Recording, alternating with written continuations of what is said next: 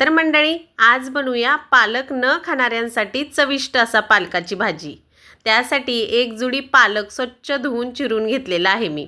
इथे कढईत 2 पळी इतकं तेल गरम करून लाल मिरची, अद्रक, लसूण, हिरवी मिरची, तेजपत्ता आणि एक मीडियम आकाराचा कांदा घालून गोल्डन ब्राऊन होईपर्यंत परतून घेतला।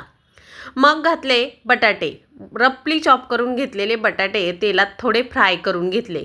त्याच्यावरती थोडंसं मीठ घातलं, मिक्स केलं आणि झाकण लावून 80% बटाटा शिजवून घेऊयात। आता 80% यासाठी म्हणाले कारण उरलेला बटाटा आपण भाजीसोबत शिजवून घेणार आहोत। परत एकदा सगळं व्यवस्थित मिक्स करून घ्यायचं। अर्धा बटाटा पण शिजवून घेतलेला आहे इथे। मग घालायचा मीडियम आकाराचा लालसर रंगाचा टोमॅटो। टोमॅटो थोडासा मऊसर झाला, 1 टीस्पून बेडगी मिरची पावडर, 1 टीस्पून धनाजिरा पावडर, थोडीशी चिली फ्लेक्स, लाल तिखट, गरम मसाला, हळद, सगळे सुके मसाले घालून परतून घ्यायचं।